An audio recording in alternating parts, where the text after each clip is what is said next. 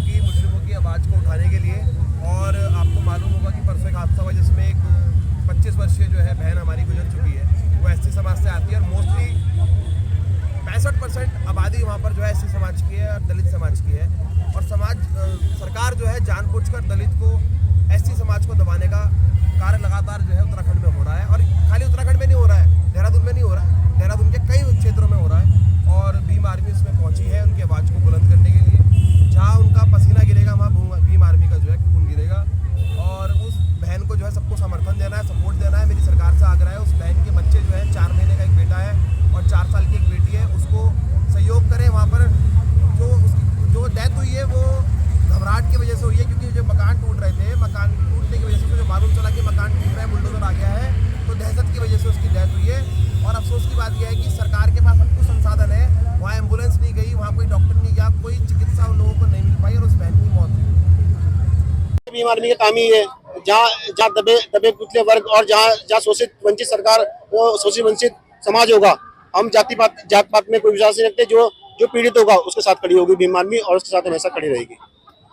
आपस में संपर्क में थे, क्योंकि गांव में भी इसकी जानकारी की गई, तो वहां भी कुछ लोगों ने बताया कि हाँ ऐसी जानकारी थी कि इनके कोई संबंध थे और ये आते जाते मिलते जुलते रहे।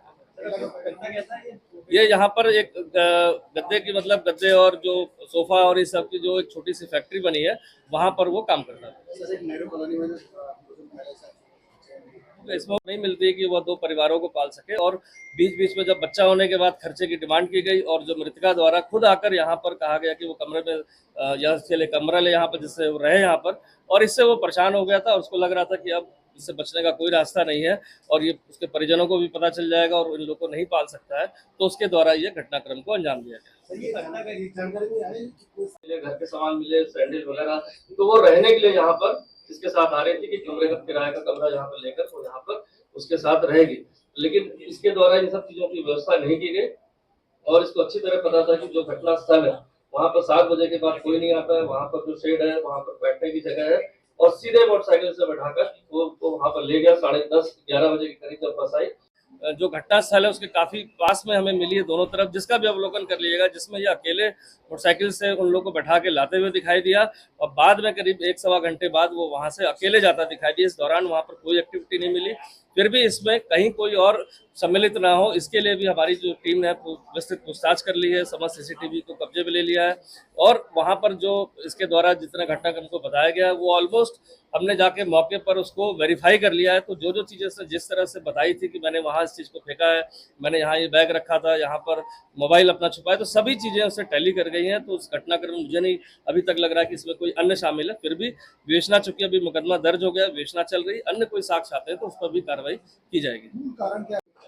इसमें 25 तारीख की देर साइंस कंट्रोल रूम में सूचना प्राप्त हुई थी कि एक बड़ों वाला में एक नाला है जो फॉरेस्ट से लगा हुआ, वहां पर कुछ स्मेल सी आ रही है फॉल सी। इस सूचना पर पुलिस टीम पहुंची थी और वहां पर जब सर्च किया तो देखा वहां पर 2 डेड बॉडी मिली थी और चूंकि देर साय का वक्त था, 2 डेड बॉडी को रिकवर करके मॉर्चरी भिजवा दिया गया था।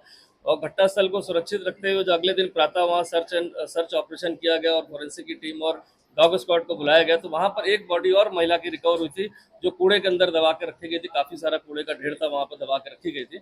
और इसके बाद यह घटनास्थल के निरीक्षण और जो वहां से कपड़े और अन्य सामान जो बरामद हुआ था उससे स्पष्ट हो रहा था कि ये फैमिली एक ही फैमिली है और इसमें जो बच्चे हैं और जो मदर है वो कहीं ना कहीं एक ही परिवार से जुड़े हुए हैं और इनको कहीं ना कहीं हत्या करके या इस तरह करके डंप किया गया है। चूंकि घटना बहुत ही अति संवेदनशील थी, हर जगह इसमें हमने गुमशुदगी के लिए पूरे प्रयास किए कि कहीं गुमशुदगी पूरे हमारे जनपद में कहीं लिखी हो इस तरह की। आसपास के सरहदी जनपदों में खासकर जो हमारे वेस्टर्न यूपी के सब जगह हमारी ज़्यादा टीम व्यक्तिगत रूप से भेजी गई, लेकिन कहीं भी कोई इस तरह की गुमशुदगी जो मैच कर रही हो, जिसमें गुमशुदगी काफ़ी थी, महिलाओं की थी, बच्चों की थी, लेकिन कोई ऐसा मैच नहीं हो रहा था जो इस उम्र से मेल खा रहा हो। इसके बाद हमारे द्वारा जो है वहाँ पर जब घटनास्थल का बारीकी का निरीक्षण किया गया तो वहाँ पर एक रोडवेज बस का एक टिकट मिला था जो जिसके नंबर वगैरह घिस गए थे, लेकिन उस सीरीज को देखते हुए हमने सारे कॉम्बिनेशन पर जो उसको ट्राई किया और ये पता चला कि एक बस जो नेटौर से चली थी वहाँ पर 2 लोग इसमें चढ़े थे जो एक थे और वो टिकट उन्हीं का प्रतीत होते हुए हमने पूरा अंदाजा लगाते हुए सीसीटीवी फुटेज बस स्टैंड के लिए, तो वहाँ पर वो महिला और बच्चे एक संदिग्ध मोटरसाइकिल पर बैठ के जाते दिखाई दिए रात्रि में 10:30 बजे के करीब। जो उससे ऐसा क्लियर हो गया था कि इनको कहीं ना कहीं कोई मोटरसाइकिल पर बैठा के ले गया है। जो घटनास्थल था वहाँ पास ही में एक फैक्ट्री जहाँ पे 11-12 लोग काम करते हैं, जिनमें से एक व्यक्ति वहाँ पर पूछताछ में हमारे था जो नहटौर बिजनौर का रहने वाला था। शक के आधार पर जब मोटरसाइकिल को मैच किया गया उसकी, तो पता चला ये मोटरसाइकिल उसी तरह प्रतीत हुई फुटेज में, और इसके बाद जब उसकी कॉल डिटेल और अन्य पूछताछ की गई तो उसके द्वारा इस समस्त घटनाक्रम को अपने द्वारा करना बताया, और साथ ही ये भी बताया कि उसका मृतिका के साथ काफी समय से संबंध था और उसका एक बच्चा भी अभी जो हुआ है रिसेंटली, और साथ ही साथ मृतिका चूंकि विडो है, उसने तलाक दे रखा है, वो बार बार उससे जिद कर रही थी देहरादून में अपने साथ रखने के लिए, और साथ ही साथ खर्चे के लिए पैसे भी मांग रही थी, जिससे परेशान होकर वो काफी परेशान था। जिसमें जो मुझे एक नाम इसमें हसीन आया जो रहने वाला नहटौर का ही है, और जब मृतका अपने बच्चों के साथ बस से पहुंची तो उसके दिमाग में था कि ये जो घटना स्थल है वहां पर सुनसान रहता है, 7-7:30 बजे के बाद वहां कोई एक्टिविटी नहीं रहती है। एक नाला है जहां पर बरसाती नाला है जो बरसात में बहता है, तो उसको लग रहा था डेड बॉडी को अगर यहाँ छिपा देते हैं तो बरसात में वो कहीं ना कहीं बॉडी बह जाएगी और पता नहीं चलेगा। तो देर रात्रि उसको वहां बुलाकर जब वो मोटरसाइकिल से लेकर आया तो उसने मृतका को बहाने से उसका गला दबा दिया, और साथ ही 2 बच्चों का भी सोते में गला दबा के, और समस्त घटनाक्रम को छुपाने के लिए उसके सामान को विभिन्न जगहों पर जंगलों में फेंका, दाएं बाएं कूड़े में दबा दिया, साथ ही साथ बॉडी भी इस तरह से दबा दी गई अंदर और ऊपर फोम रख दिया गया जिससे कि बॉडी की स्मेल ना आए और बॉडी जल्दी गल जाए गर्मी के कारण। और समस्त चीजों को करने के बाद वो अपने घर चला गया। मृतका का मोबाइल उसने अपने पास छुपा कर रख लिया था, जो उसके निशानदेही पे बरामद कर लिया गया। तो समस्त घटनाक्रम में जो इसमें हसीन नाम का जो अभियुक्त है उसकी गिरफ्तारी कर ली गई है। इसमें मुकदमा धारा 302 में पुलिस द्वारा दर्ज कर लिया गया है। साथ ही साथ जो साक्ष्य मिले सीसीटीवी फुटेज, उनसे भी अब टैली हो गया है कि इसके द्वारा ही मृतका और उसके परिजन को बैठाकर परिवार को और इस तरह ले जाकर सुनसान जगह पर ले जाकर उसकी गला दबा कर हत्या करने के बाद सभी साक्ष्यों को मिटा दिया गया। देखिए, पहले तो मैं आपके चैनल का बड़ा शुक्रिया अदा करूंगा कि आज भी भारत में ऐसे चैनल हैं, ऐसे मीडिया है जो इन दबे कुचले वर्ग की आवाज उठा रही है, तो इसके लिए मैं आभार व्यक्त करता हूं। और बस्तियों के बारे में मैं कहूंगा कि हमें बस्ती से निकले हुए लोग हैं, गरीब लोग हैं, जमीन से जुड़े हुए लोग हैं, हम इनका दुख दर्द समझते हैं। आज जो सरकार ये काम कर रही है ये बहुत गलत कर रही है, और ये सरकार ऐसी है कि शासन प्रशासन को आगे करती है।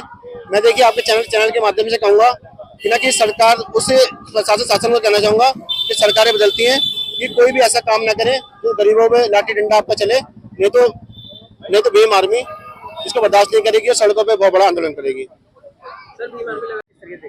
देखिए, जिस तरह से मलिन बस्तियों में और तमाम इलाकों में गरीबों के ऊपर बर्बरता की जा रही है धामी सरकार के द्वारा, अपने धाकड़ होने का नमूना पेश किया जा रहा है। यहाँ सीटू और चेतना आंदोलन की तरफ से यहाँ पर एक वृहद आंदोलन खड़ा किया गया है। यहाँ गांधी पार्क से लेकर हम सभी लोग अभी सचिवालय कूच के लिए जा रहे हैं, सचिवालय घिराव के लिए जा रहे हैं। यहाँ सिर्फ एक दल नहीं है, यहाँ कई दल सामूहिक रूप से इस पूरे आंदोलन को समर्थन दे रहे हैं। कांग्रेस के प्रतिनिधि के रूप में मैं यहाँ आई हूँ समर्थन देने के लिए, क्योंकि हम इसके खिलाफ हैं कि आपका जो 2 यार्ड स्टिक है, 2 मापदंड है, एक गरीब के लिए आपके अलग नियम है, अमीर के लिए अलग नियम है। सत्तारूढ़ दल के ऐसे कई मंत्री, विधायक, सांसद, पूर्व सांसद और पार्षद घूम रहे हैं जिन्होंने कई एकड़ों भूमि यहाँ कब्जा रखी है। कुछ नेता तो ऐसे हैं जिन्होंने आधा देहरादून कब्जा रखा है।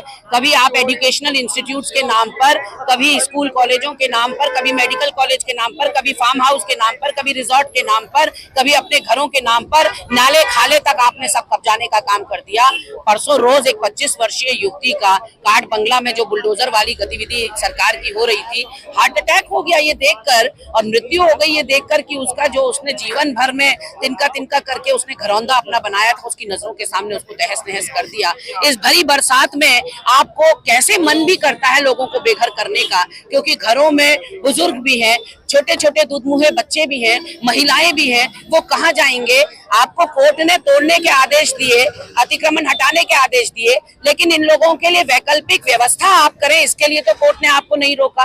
तो अगर आपके अंदर इंसानियत होती, मानवता होती, तो मोदी जी ने जो घोषणा की थी कि 2022 तक हर सर को छत मिलेगी, इनके हिस्से की छत कहाँ है, ये हम पूछना चाहते हैं और सरकार से पूछना चाहते हैं कि आज के समाचार पत्रों में आपने छापा है कि 1500 हेक्टेयर भूमि जो है देहरादून के अंदर आपने खाली करवा ली अतिक्रमण से। इसमें से कितनी भूमि आपने मंत्रियों की खाली कराई?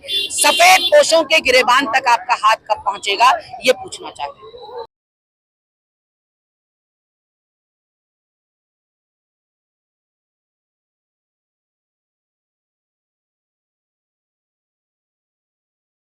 अब बिजली बिल अब लगा है 7-8 साल से। ये पहले का बिजली बिल मांग रहा है, पुराना मांग रहा है, हम लोग को झोपड़ी झुग्गी उठा रहा है।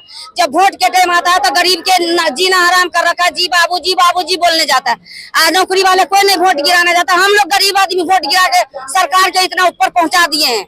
अभी बरसात में हम लोग कहाँ जाएंगे बच्चे को लेके? छोटा है, हम लोग रोड पर बैठेंगे। कानून भी नहीं सुनता, कानून भी लाठी बरसाने लगता है सरकार के बात पे। तो घर उजाड़ सरकार के द्वारा जो ध्वस्तीकरण अभियान चलाया जा रहा है, ये अवैधानिक अभियान है। इसको रोकने की हम लोग मांग कर रहे हैं और जिनके मकान तोड़ दिए गए हैं उनको मुआवजा मिलना चाहिए, इसकी मांग कर रहे हैं। इसी उसमें जो है एक महिला की मौत हुई है, उसको भी मुआवजा मिलना चाहिए। और ताकि जो है और जो गरीब लोग हैं, जो मजदूर हैं, वही बस्ती में रह रहे हैं, इनको जो है गरीब और मजदूरों की झोपड़ी और उनके मकान दिख रहे हैं। लेकिन जो बड़े बड़े जो कॉम्प्लेक्स बन गए हैं नदियों के अंदर, नदियों की जमीन में जो बड़े बड़े कॉलेज बन गए हैं, जो बड़े बड़े होटल बन गए हैं, वो इनको दिखाई नहीं दे रहा है। इसलिए हमारा ये कहना है कि उनको तोड़ें और इनको जो है बचाने का काम करे सरकार, क्योंकि वोट यही लोग देते हैं, सरकार को चुन करके यही लोग भेजते हैं ताकि, और उनकी सरकार यही बनवाते हैं। लेकिन सरकार इन्हीं के खिलाफ जो है हमला बोलती है, इनके ऊपर हमला बोलती है। और ये जो है अब बेघर हो रहे हैं, ये कहाँ जाएंगे? इस समय बारिश का मौसम है, ये कहाँ जाएंगे? इसलिए सरकार को अविलंब अध्यादेश ला करके इस सवाल को, इस ध्वस्तीकरण को रोकना चाहिए।